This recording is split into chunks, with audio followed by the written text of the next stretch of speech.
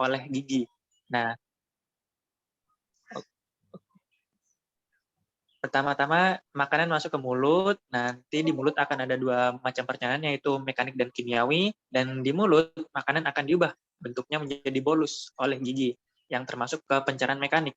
Lalu yang kedua adalah enzim-enzim, yang termasuk ke pencernaan kimiawi. Nah, setelah masuk mulut, selesai di mulut, akan menuju ke kerongkongan, di mana merupakan seperti saluran panjang yang berwarna seperti kulit ini. Di sana ada gerak peristaltik oleh otot kerongkongan guna mendorong makanan menuju lambung. Jadi di kerongkongan ini ya artinya makanan hanya menuju ke lambung. Dan pada lambung, di mana organ selanjutnya dalam proses pencernaan, ada proses menghaluskan makanan oleh gerakan otot-otot lambung. Otot-otot lambung ini termasuk ke dalam gerak mekanik. Nah, setelah itu terjadi pula proses pencernaan secara kimiawi melalui enzim-enzim. Salah satunya adalah enzim pepsin yang mengubah protein menjadi asam amino. Nah, lalu setelah masuk ke lambung, makanan akan melalui usus besar, di mana belum masuk ke usus besar, masuk ke usus halus, di mana terdiri dari 3 bagian, yaitu duodenum, jejunum, dan ileum. Setelah itu masuk usus besar, di mana setelah nutrisi diserap oleh usus halus, sisa-sisa makanan akan mengalami pembusukan di usus besar. Selain itu, air juga diserap agar sisa makanan siap diubah menjadi feses. Nah, sebelum masuk ke pencernaan selanjutnya, izinkan saya untuk menjelaskan bagian hati, empedu, dan pankreas. Nah, yang pertama adalah hati. Fungsi hati adalah menghasilkan empedu. Lalu, empedu fungsinya merubah lemak menjadi emulsi lemak. Yang terakhir ada pankreas, di mana lipase fungsinya untuk memecah lemak menjadi asam lemak dan gliserol. Yang kedua adalah amilase untuk memecah amilum menjadi glukosa. Baik, lanjut. Oh ya, mohon maaf, sepertinya ada penjelasan yang kurang di usus halus dan kolon. Baik, izinkan saya untuk mengulangi, di mana di usus halus makanan kembali diproses secara kimiawi yang dibantu oleh enzim dari pankreas. Dan juga ada kolon, di mana pembusukan feses dibantu oleh bakteri E. coli. Setelah makanan melewati usus besar, selanjutnya ada rektum, di mana tempat feses ditaruh sebelum dikeluarkan. Nah, jika sisa makanan tersebut ingin dikeluarkan, maka bisa melewati anus, di mana anus adalah lubang pengeluaran feses.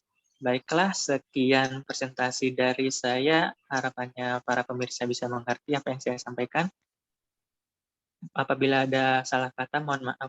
Wassalamualaikum warahmatullahi wabarakatuh. Waalaikumsalam warahmatullahi wabarakatuh. Baik, terima kasih Haidar, luar biasa gambarnya ya. Meskipun tidak sesuai dengan bentuknya, lambung kok bentuknya kayak ngono gitu. Lambung itu ada di sebelah kiri ya. Lambung itu ada di sebelah kiri, terus melengkungnya ke kiri atau ke kanan? Ke sana, pokoknya cekung kemana? Berlawanan sama arah masuknya dari kerongkongan.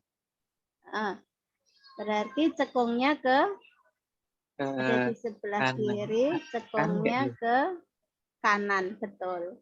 Loh, cembungnya ke kanan, beloknya ke kanan, cembungnya ke kanan ya. Ini gantung ke kanan gitu loh, lambung itu. Yes. Terus pankreas itu di bawahnya, di atasnya lambung, di bawahnya hati ya. Di bawahnya lambung, di tengah-tengah dekat usus gitu ya. Itu. Salah nggak apa-apa. Yang penting kalian udah paham ya. Jadi proses pencernaan itu berawal dari mulut. Ada yang mau menambahkan teman-teman? Ada yang mau menambahkan teman-teman? Halo, teman-teman masih di sana?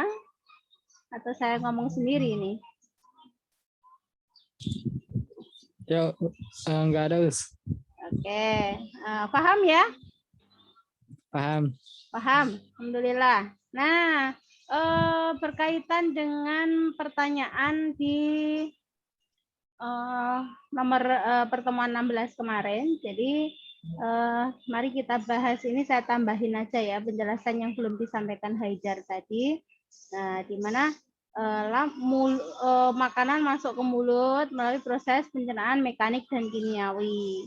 Mekanik karena dikunyah, kimiawi karena dikasih enzim namanya enzim petealin atau amilase, mengubah amilum menjadi glukosa. Jadi makanan itu dia harus dirubah menjadi mikromolekul dulu untuk bisa diserap. Kalau usah jangan di sini dong. Anu mas-masnya berisik ini loh.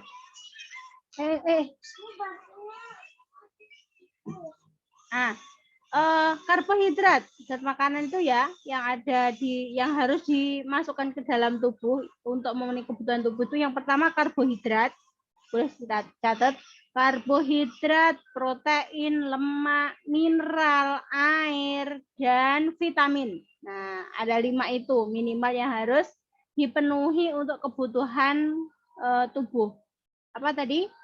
Karbohidrat, lemak, protein, mineral, vitamin, dan air. Karbohidrat itu masih makromolekul. Untuk diserap usus halus, dia harus dirubah menjadi glukosa. Sedangkan protein itu makromolekul, untuk diserap oleh usus halus harus dirubah menjadi asam amino. Sebentar, saya ini di stop dulu, Mas Haidar. Oke, terima kasih.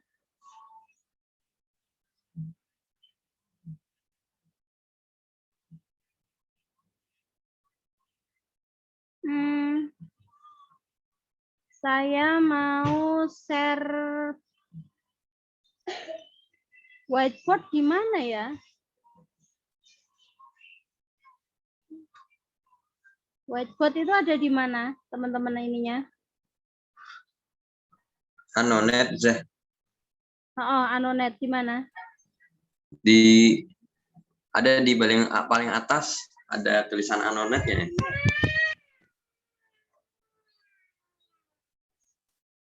Tidak ada ya? Bukan link. Apa harus jadi admin dulu?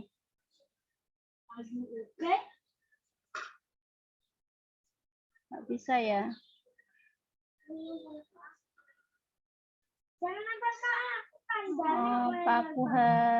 Whiteboard nih.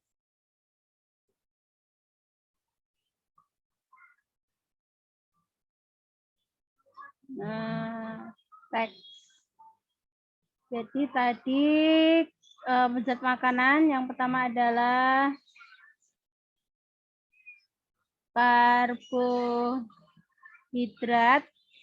Dia harus dirubah menjadi apa tadi?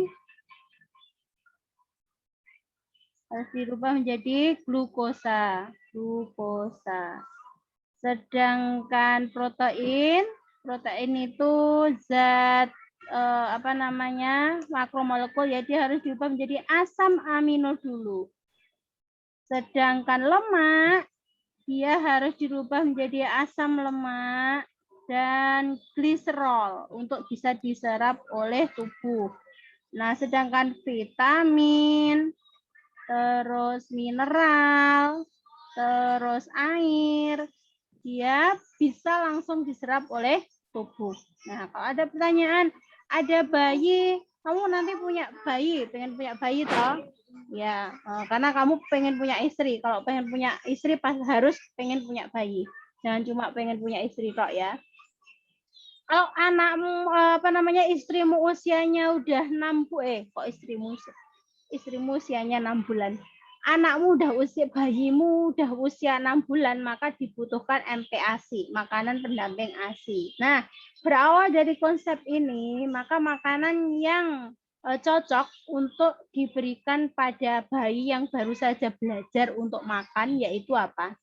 Kira-kira karbohidrat, protein, lemak, vitamin, mineral, air. Apa? Apa dong? Silahkan dijawab. Vitamin, betul. Kenapa? Karena tidak perlu apa namanya diubah menjadi zat lain. Betul. Terima kasih Rusdi, kamu pinter. Jadi vitamin ya. Kenapa nggak mineral air? Kalau mineral itu ada di sayur. Sedangkan sayur itu juga ada seratnya, gitu ya. Kasihan ya bayi baru makan dikasih serat. Nah, pencernaannya masih pengenalan. Maka dari itu kasih makanan yang tidak perlu tidak perlu dicerna dengan sangat kerja keras gitu ya, yaitu vitamin. Ada di mana? Ada di buah-buahan. Karena bayi belum bisa melakukan pencernaan secara mekanik, maka buahnya di jus. Nah, gitu ya. Baru kemudian setelah sebulan 2 bulan, baru dia dilatih organ pencernaannya dengan makanan yang lain. Apa itu? Jangan lemak dulu, karena lemak itu proses pencernaannya lama dan membutuhkan organ pencernaannya lebih keras bekerja, protein dan lemak. Maka dari itu karbohidrat dulu, bubur gitu. Nah, baru kemudian protein dan lemak. Nah, itu tahapannya ya calon bapak. Oke. Nah, istimewanya apa lemak ya teman-teman? Karbohidrat, glukosa, asam amino, vitamin, mineral air itu ketika diserap oleh usus halus, dia akan masuk ke mereka ini akan masuk enggak ada ininya. Mereka akan masuk ke pembuluh darah, jadi diserap usus halus, kemudian masuk ke pembuluh darah, kemudian dari pembuluh darah ke vena porta hepatica. Apa itu? Hepatica. Apa itu? Venanya yang menuju ke hati. Nah, vena yang menuju ke hati, terus dari hati dia ke darahnya menuju jantung, baru kemudian ke seluruh tubuh,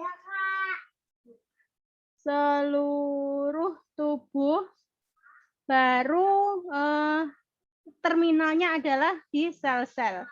Nah, di sel-sel. Buat apa? Untuk respirasi sel. Dia nanti dibantu sama O2 yang kita hirup, yang dibawa oleh darah juga ya. Jadi sari-sari makanan itu nanti bertemu dengan O2 di dalam mitokondria untuk melakukan respirasi sel.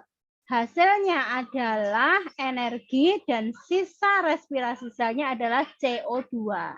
Nah, energinya digunakan untuk aktivitas tubuh, aktivitas tumbuh, aktivitas pertumbuhan sel, aktivitas aktivitas berlari, berjalan, bahkan bernafas itu menggunakan ATP. Lah sisanya adalah CO2 diangkut kembali oleh darah untuk dikeluarkan. Itu ya. Nah, itu adalah glukosa, asam amino, vitamin, mineral, air. Dia masuk diserap melalui pembuluh darah dan masuk ke hati. Kenapa ke hati? Fungsinya hati apa? Menetralkan racun. Jadi tubuhmu itu udah perlindungannya luar biasa ya.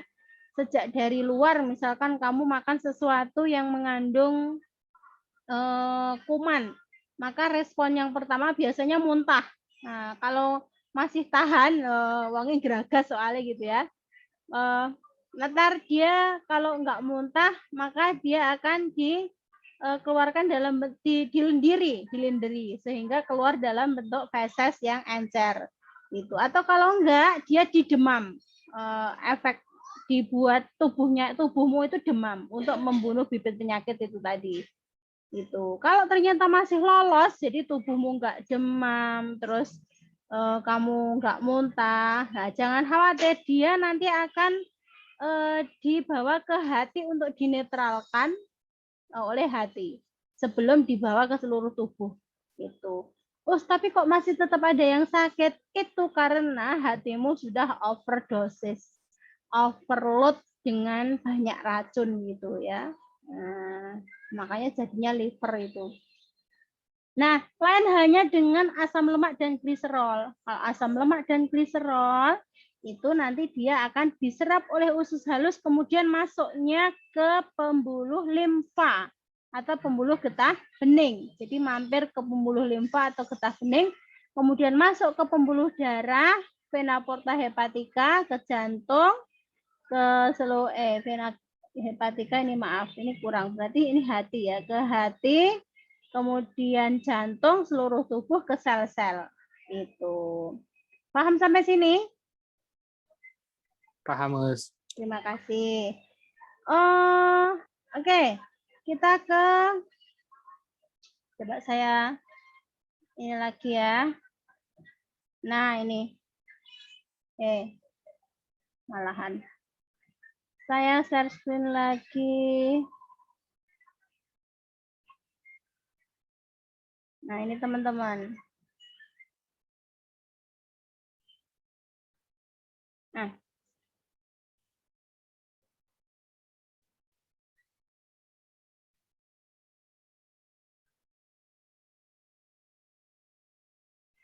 Jadi makanan masuk ke mulut. Jadi di sini dicerna ya dari yang kasar-kasar menjadi lebih halus. Yang mengalami pencernaan kimiawi hanya karbohidrat saja di mulut ya. Sementara yang lain mana? Yang lain misalkan kita makan protein. Nah, di mana ada enzim protein?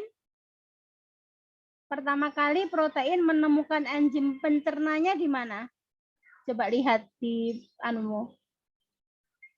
Di mana? Di lambung dia punya enzim apa? HCl, pepsin, dan renin.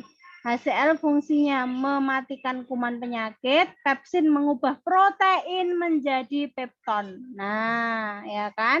Nah, makanya protein itu pertama kali dicerna di dalam lambung, walaupun dia masih berupa pepton. Nah, Haidar tadi, maaf ya, sudah koreksi sedikit. Jadi di lambung itu, dia protein baru dipecah menjadi pepton, belum menjadi asam amino. Ya, nanti di mana dijadikan asam amino? Di usus halus. Pepton itu akan dicerna menjadi asam amino, baru kemudian diserap. Itu. Nah, HCl yang pH-nya 1 sampai 3. Nah, pH 1 sampai 3 itu sudah bisa untuk melumatkan, ibaratnya kalau kamu nelen nggak sengaja nelen silet gitu ya.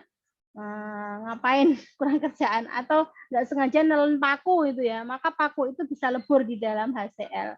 Nah, kenapa HCl yang sekeras itu dia tidak melukai dinding lambung? Karena lambung ini dia memiliki sel mukosa, nah, yang dia beregenerasi per 4 hari sekali, itu yang melindungi dinding lambung dari asamnya HCl. Nah, makanan di sini sangat asam ya, sehingga apapun kuman di sini bisa mati. Nah, sebelum masuk ke usus halus, dia nanti akan dinetralkan keasamannya oleh sekret yang dikeluarkan sama pankreas. Nah, pankreas ini tidak dilewati makanan, tapi dia hanya sebagai kelenjar makanan. Termasuk empedu ya. Empedu itu tidak dilewati makanan, tapi dia hanya kelenjar makanan. Tuh. Pankreas menghasilkan apa untuk menetralkan keasaman lambung? Natrium bikarbonat. Nah, natrium bikarbonat ditumpahkan untuk menetralisir keasaman makanan yang sudah diasemin sama lambung tadi. Baru kemudian dimasukkan ke hati. Ini ketemunya di ileum, teman-teman. Di duodenum ya. Jadi ada saluran kecil gitu antara pankreas ke usus halus sama dari empedu ke usus halus. Empedu ngapain kok ada saluran kecil? Untuk menumpahkan garam empedu. Fungsinya apa? Mengemulsi lemak. lemak itu kan nggak bisa campur sama air kan. Nah, untuk dicerna dia harus diemulsi dulu, dibuat menjadi emulsi dulu. Nah, ini tugasnya garam, empedu, sama lipase. Lipasenya dari mana? Dari pankreas juga. Itu baru diemulsi, kalau udah diemulsi baru bisa dicerna menjadi asam lemak dan gliserol. Nah, setelah dari lambung diasamkan, kemudian dikasih enzim-enzim tadi, dia masuk ke usus halus. Di usus halus itu ada 3 bagian. Duodenum paling atas, jejunum tengah, ileum paling bawah. Duodenum adalah usus 12 jari, fungsinya untuk enzimatis tadi. Enzim-enzim banyak yang ada di situ ya. Kemudian jejunum, enzimnya mulai berkurang dan mulai melakukan penyerapan makanan. Nah, kemudian makanan maksimal diserap di ileum, usus halus penyerapan ya, paling bawah dekat sama usus besar. Nah, setelah diserap makanannya tadi ya, kalau lemak dia diserapnya masuk ke pembuluh limfa, kalau selain lemak dia diserapnya masuk ke pembuluh darah, terus diedarkan ke hati, kemudian ke jantung, ke seluruh tubuh. Sisanya kemana? Ke ini, ke usus besar. Nah, diapain di usus besar? Nah, dibentuk biar cantik, fesesnya biar bentuknya bagus gitu ya, nggak berantakan. Nah, makanya diserap airnya, ya.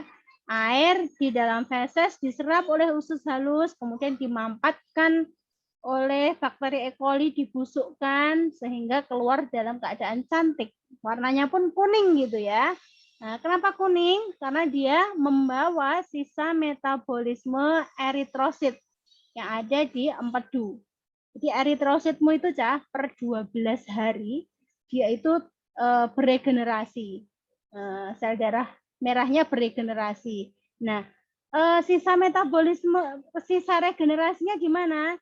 Disimpan dalam bentuk cairan empedu, kemudian nanti dibuang lewat feses, lewat urin gitu ya.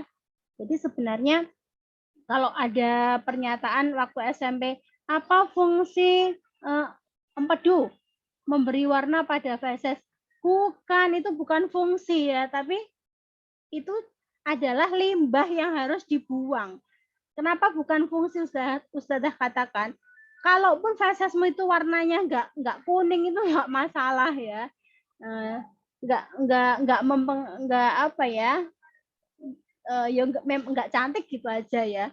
Cuman kalau feses kita tidak berwarna itu hati-hati karena salah satu indikasi sisa sampah metabolisme kita yaitu berupa bilirubin dan biliverdin, sisa perombakan si eritrosit tadi dia nggak bisa keluar.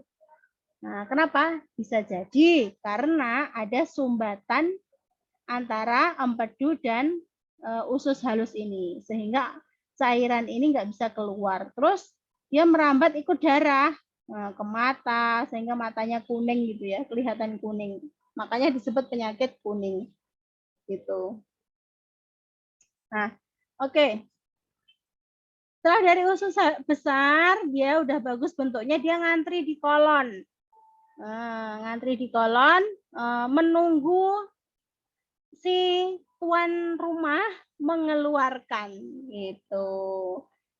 Nah, kenapa nunggu tuan rumah mengeluarkan kok nggak keluar sendiri? Karena tuan rumah yang bisa mengatur anus ya untuk mengeluarkan atau tidaknya si pengantri tadi, si feses tadi. Nah, bisa nggak Mbok kendalikan anusmu itu? Kamu keluar, kamu tunggu dulu, ini masih pelajarannya Usdani. Bisa nggak? Bisa? Bisa. Bisa. Kenapa kok bisa? Kenapa kok bisa? Kok dia nggak keluar sendiri aja gitu? Tahan. Lah ya kok kenapa kok itu anusmu kok bisa Mbok perintah ditahan? Tahan dulu. Ini masih pelajarannya Usdani. Ntar aja kalau udah selesai. Punya otak.